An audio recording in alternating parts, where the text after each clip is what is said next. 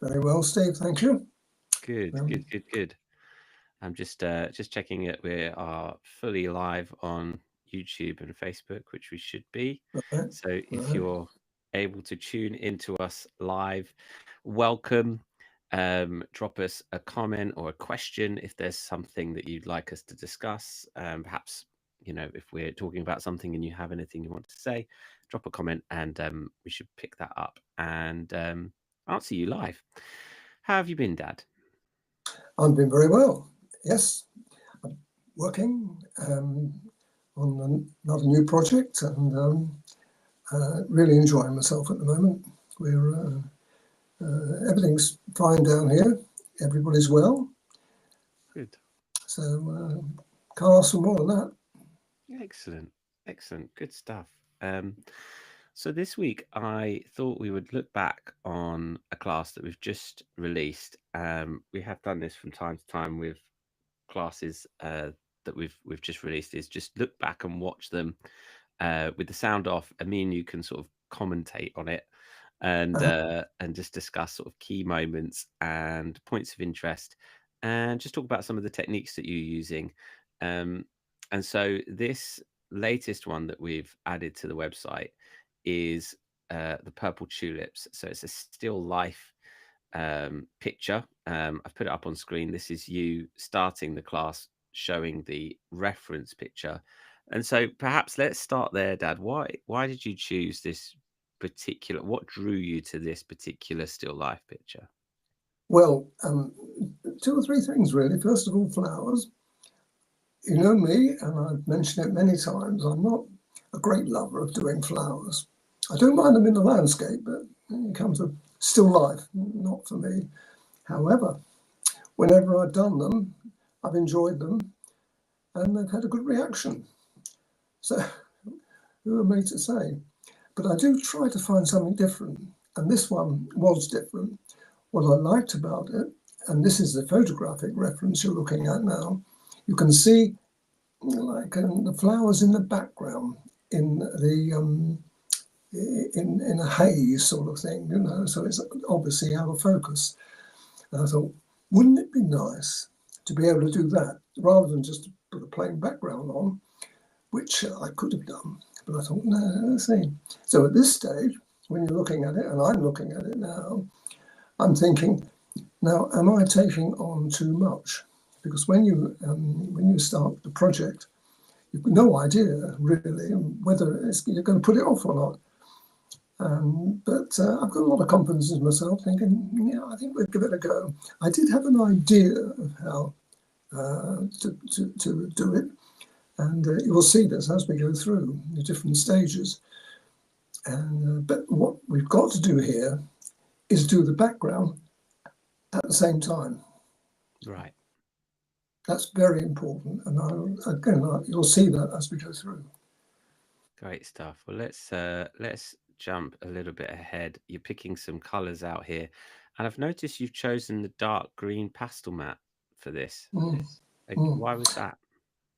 Well, once again, when you've got a very dark background like that, you don't want to lay too many colours on building up because you don't get the impact.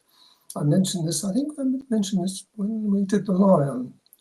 That was a dark grey pastel background. So consequently, I only had, I think, three colours I used to produce that lion background. Now, if it had been a lighter colour that I'd used, say, light grey pastel mat, I'd have used quite a lot more colours to deepen the effect. So, same idea here. By putting that dark green on, I was well on the way, really, Hmm. to getting the tone right. I mean, you know, obviously it's not green and there's no green in the background.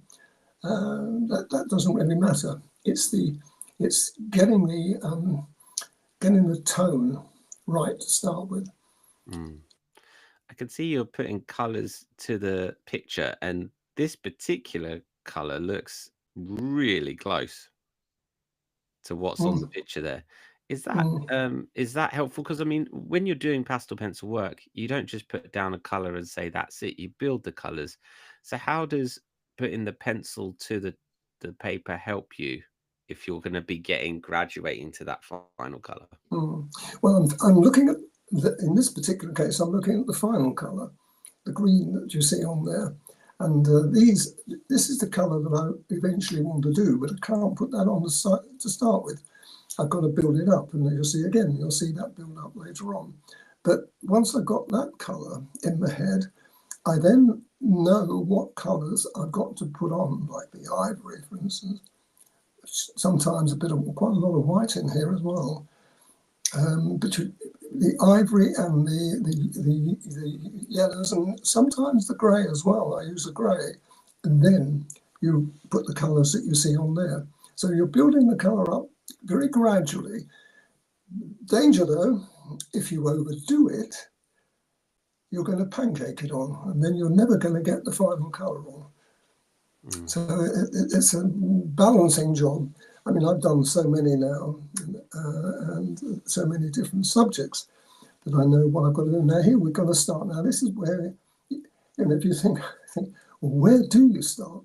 Well, there you start, and that's why. Because we're only 5 minutes in, I'm going to skip a little bit ahead to seeing some of these colours build up. Actually, this is a good point to see. I think those early colours are probably, it feels like when you look at the reference picture, this should be a fairly simple colour build up. But look how many purples you've got on screen. Oh, yes. Oh, I'm not going to use them all. Well, I probably will use most of them, but I won't use them all in one particular. Some of that is the background. The very dark colours are going to be in the background. You'll see that in a minute. You can't put that very dark colour on top of what I'm doing now. It just wouldn't work. But it's a nice idea, and I hope people appreciate that. Showing the picture as well as my drawing, because by seeing those, you can see the sense, if you like. What I'm doing. See, now I'm putting a colour, thinking that colour would work on there, wouldn't it? I mean, obviously, we're not listening to me. Decisions that are happening live for you when you're doing it, aren't they? These are decisions that you are making on the spot. What works, what doesn't work. Yes, that's true, but I can't take it off. Remember, once that goes on there, that's it. You've got to be very careful. Let's jump a little bit ahead. Yeah. You've got to be very careful that you're choosing the right colour. I mean, had that not worked, I would have stopped it. But I knew it was going to. Now, this is interesting. Now, this is what I'm doing now, is that faded area in the back. It's not that far back, but it's not in the foreground. It's not hitting the light. So what I'm doing is putting a grey on now. Instead of the white that I put on before, this is a grey. That's interesting, showing the different base colours for the more out of focus, darker petals and the in focus, lighter petals, and how those base colours differ. Yeah, if I put white on there or light colour, I wouldn't have I'd have a devil of a job to get the final colours on that tone, but already you can see it working towards that. Let's see that build up. And is this the background that you're also just popped in to the side as well there? Well, this is important because working the background as well, it gives you the contrast all the time. Sometimes it's tricky to do. Now you see I'm putting grey on. That grey goes on to start with. That's 230, I believe, from my recollection. And that's 230 on there. And that, you can see as that graduates back into the dark, how that gives you the foundation tone that you're looking for. Now this is the grey, this is the 233, I believe, isn't it? I think it is, yeah. Now, the reason I've done that is that light area there is going to be a faded flower in the distance. Gotcha. Gotcha. Let's Interesting, isn't it? fast forward ahead to. Oops, we have gone far ahead. Let's touch upon the stems because there's three parts to this. This is a 3-hour class, so Mm.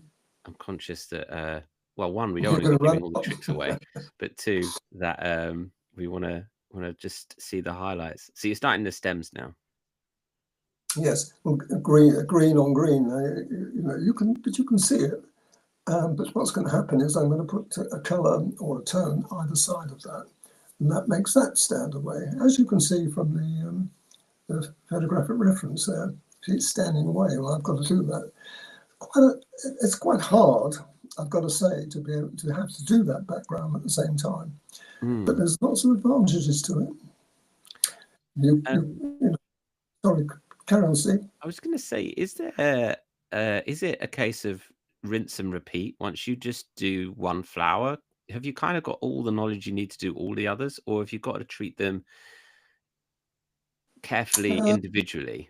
No, mostly it's the same. It's a repeat. Mostly, as you can see, the reference picture or my picture, that's my picture up in the corner there.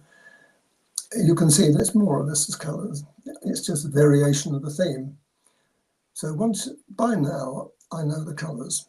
I'm confident. That's good for people doing this that are wanting to practice. It's not, by the end of this picture, they have done a few flowers of the same style, and I'm sure by the end you're more proficient than you were at the beginning at doing Oh, this without, particular yeah, flower because you've had the experience. without doubt, yeah. You learn a lot. You're going to learn a lot from here. But it's fascinating for me. Also awkward for me because I've got to try and remember what I did. A while ago, I did this one. Well, I'm gonna skip to the end of this first part because we just finish up on this background and then I'll open the Okay. next section and we can discuss that. But yes, doing more and more of this background. This is usually what we'd see you do at the end of the picture. Why with this one did you do the background alongside? Well, it's going to be pretty obvious later on why I did it. Because I can see now the effect that I've got. You see that light that I put on to start with. You can see the beauty of that now. Yeah, You've got to use your finger, and you've got to. It's out of focus. That's what you've got to look at, and I couldn't. I could have made them a little bit more distinct in the background, but I think then it would have taken away from the picture. Now that background looks good there, but I darken it. There you are. On target there, mate. it I looks so. darken it. That's a lovely smoky effect, though, isn't it? It is, isn't it? But you see the difference that's made now? Lovely And those stuff. colours on. Lovely stuff. And that's a very dark colour, that too. That's 770 in Carbothello. That's like a Payne's grey colour, isn't it? No, I think 77. Yes, it is. Sorry, you're right. It's Payne's grey. I remember my Carbothellos when we used to sell them. Payne's grey. That's right. Yeah. Yes, it's a terrific colour. I just think I've got one here. No, I haven't. I've got what I'm working on at the moment is 760, which is very similar. 770, which is the one I was using then, is a very beautiful colour. I was going to very unique. So we're on the middle part now. This is part 2 of 3. I just wanted to show a little bit there of the colour shaper because we actually haven't jumped to many sections where you're using that. You couldn't do it. You could. I mean, at one time, when I didn't have the colour shapers, I couldn't do this kind of thing or in the same way. Can't use your finger. You never get your finger between the petals. So you've got to have something a bit more. Does it get tedious doing a lot of this tweaking, or is it fun? Oh no, I love doing it. No, I love doing it. It's a bit like portrait work, and I mentioned to you I love portraits. It's a similar kind of thing. You've got to be accurate. It tests you, but you get a lot of satisfaction out of that. And what you're seeing at the moment, it's still got a long way to go. Although I've started the ball rolling, I've still got a long way. And of course, this particular petal is in the foreground, so got to be right. Yeah. It's very, very attractive colouring. I'm going to skip ahead because I Yeah, feel like a lot of these are the same. You know, we're watching you do the same thing over and over. But this is interesting. You're putting the background. The stems look half complete. The flowers look complete, but then you're going in with the background as well. And is that to see against the green what you need to do? well, yes. I'm gonna. I was going to say I use the colour shade, but I'm gonna lighten that up a little. Gotcha. Because I've got the light underneath it. Now, what I'm doing now, you see, is putting the colour shape on. I'm weakening the colour effectively. Now you can see it a bit more. But if I put a bit of black on there, you see it better. It See? makes it look lighter, doesn't it? Mm. Is there Yes. is it a bad move to do the entire background and then fill in the flowers? Absolute disaster that would be. Disaster. The reason is because you'd never get if you imagine that background being that dark, then trying to put the light on top of it would work. The only way this can be done is the way I'm showing you now. There's no other way.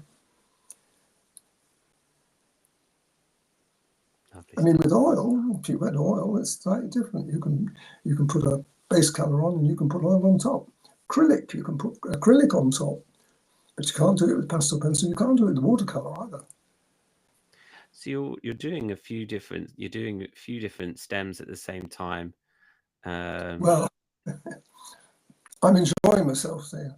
Yeah, I mean it doesn't look too, it looks like an enjoyable kind of level of do a bit of this, do a bit of that, rather than keeping your approach varied so that it's not just doing all of one thing. You're doing all of it That's together. right.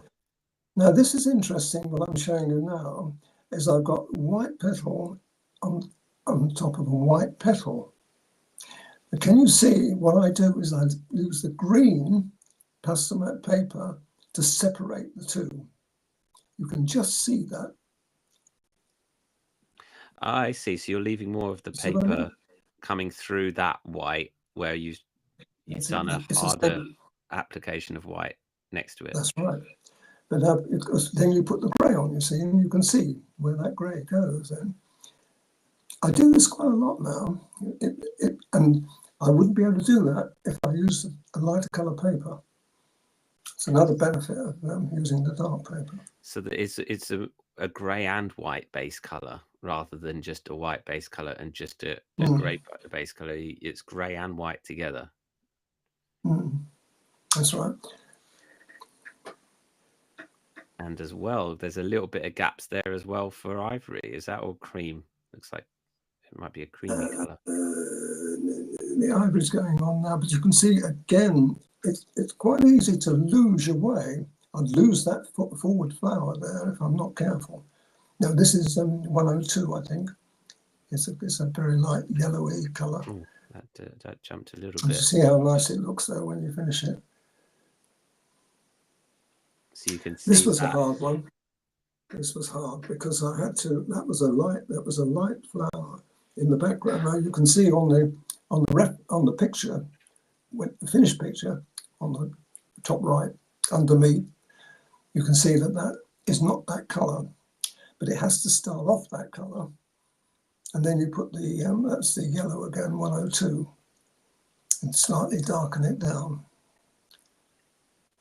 That's hard. That's going to give people a few wobbles when they see that done.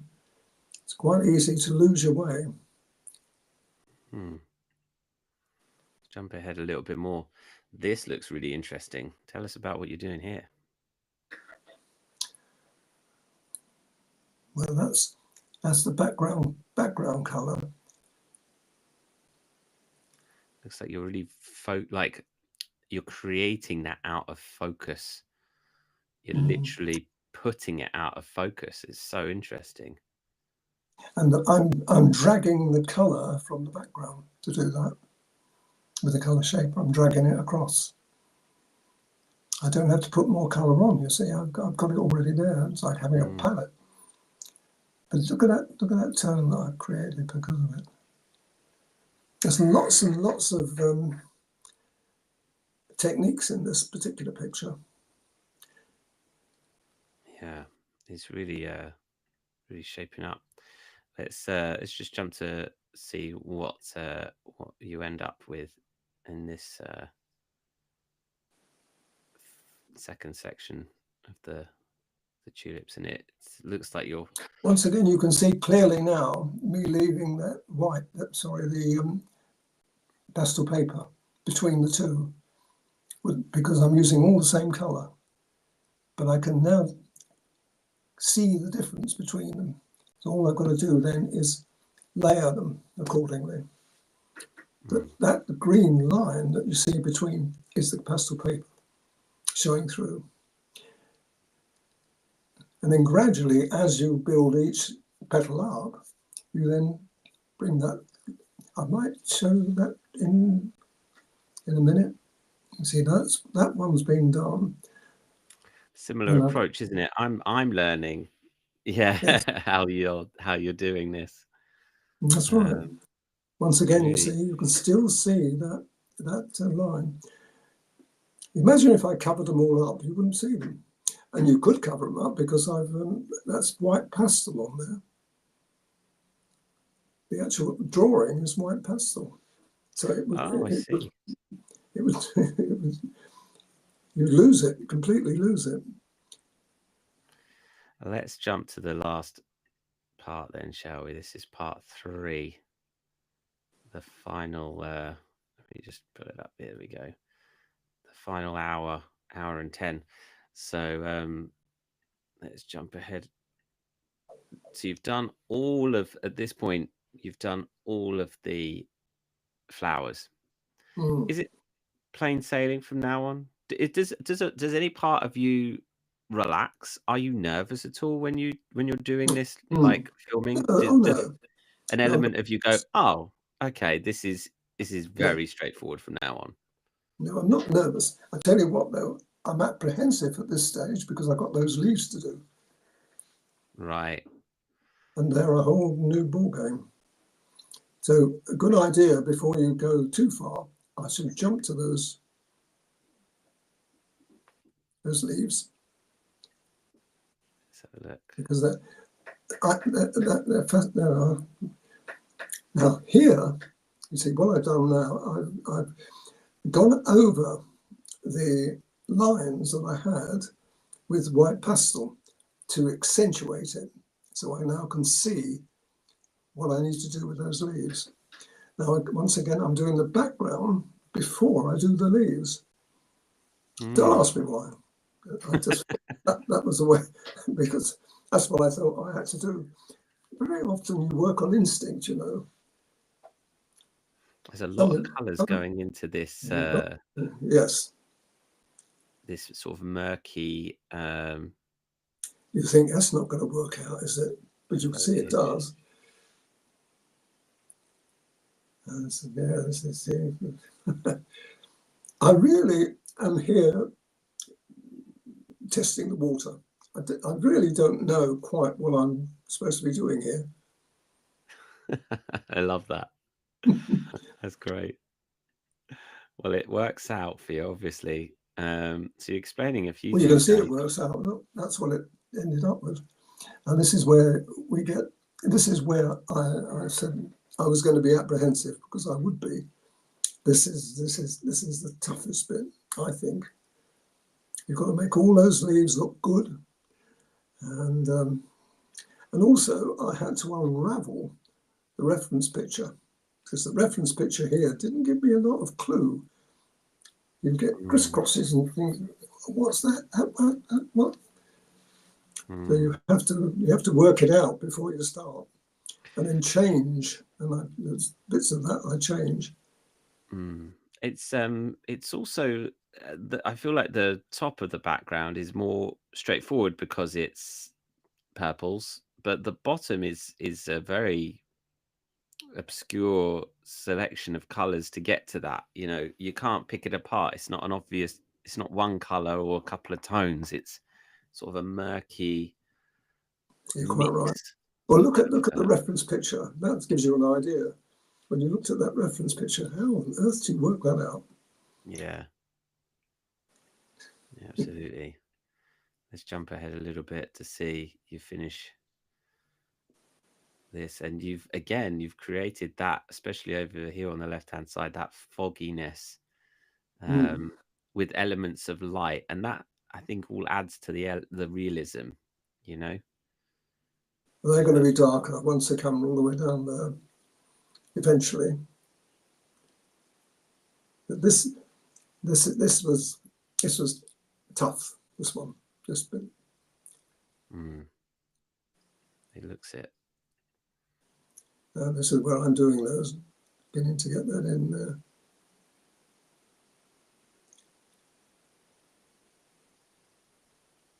I think people are going to love watching this. Seeing this unfold, because, as I say, you probably people, if they've been used to watching people do oil and watercolor, this is a completely different technique that you've got to adopt. Yeah, absolutely. But you can see it coming along now. I can, and you're just adding some further depth. And at what point do you think this is done? How do you know when to stop? Gosh, how many times have I been asked that question? I don't think it's an easy answer to it. I stop when I think that's it. You see that bit on the left side of that is almost finished. You think, am I going to carry on? Yeah, I've got to carry on a little bit further, make it a bit more distinct. Must be hard to spot things as it gets later on. You know, you must have to really look at it to try and see, does it need anything more? Is there anything? That's right. You don't want to ruin it. A little, no, quite. No, but this is interesting because now I've made that just a little darker. Now you can see it. You wouldn't have been able to see that before. And you can kind of go over the lines there with your finger because it's slightly out of focus. You can kind of break the rules a little bit using your finger. You're softening, Steve. That's what, when you do portrait work particularly, use your finger a lot and it softens. Otherwise you get a hard edge. And I don't like that. I like a soft edge. Making more bold decisions as well. Look at this. Yeah.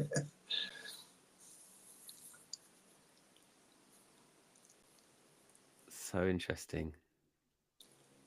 Just skip ahead to see what that results in. But again, no, you can't use your finger. Well, I'm going to use my finger. Sorry. I thought I'd have to put a colour shaper on that, but they managed to use my finger on that. Yeah.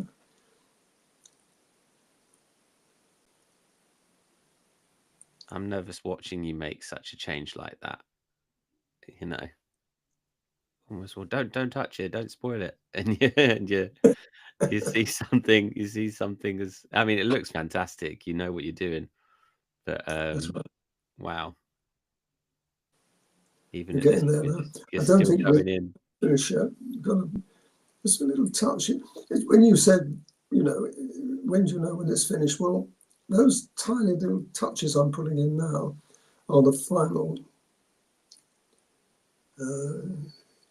icing on the cake, really, I would say that.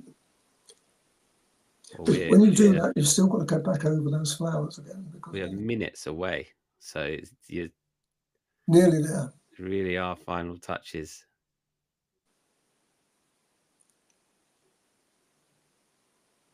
Just accentuating some of those leaves. But I do enjoy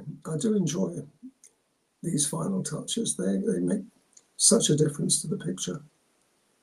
As you can see, once again, soften that because that's a little hard. Yeah, stick with Amy. That's when I know I've finished.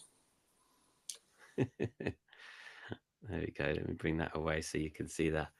I mean, that was really interesting. I don't know if we talked a lot through that. I know we talked a lot, but it's so it is mesmerizing watching something like that come to life, and especially something that is atmospheric. Like this one has always been interesting to me because it's out of focus, it's foggy, it's it's not sort of highly detailed, and I think that has really been so fascinating to see the finesse behind that. Very interesting.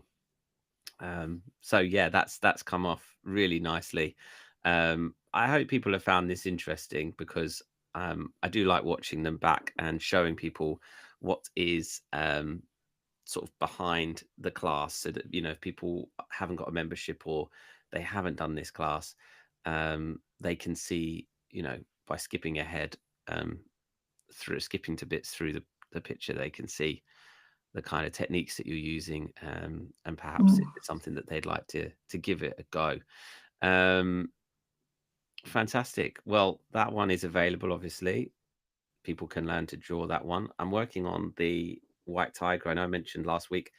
I've literally got one more part to edit, right near the end of that one, and then I'll get that one up on the site. So give me another couple of weeks, and then I reckon you'll have everyone have another new picture to get their teeth into on top of the 500 odd classes, 550 classes we've got there.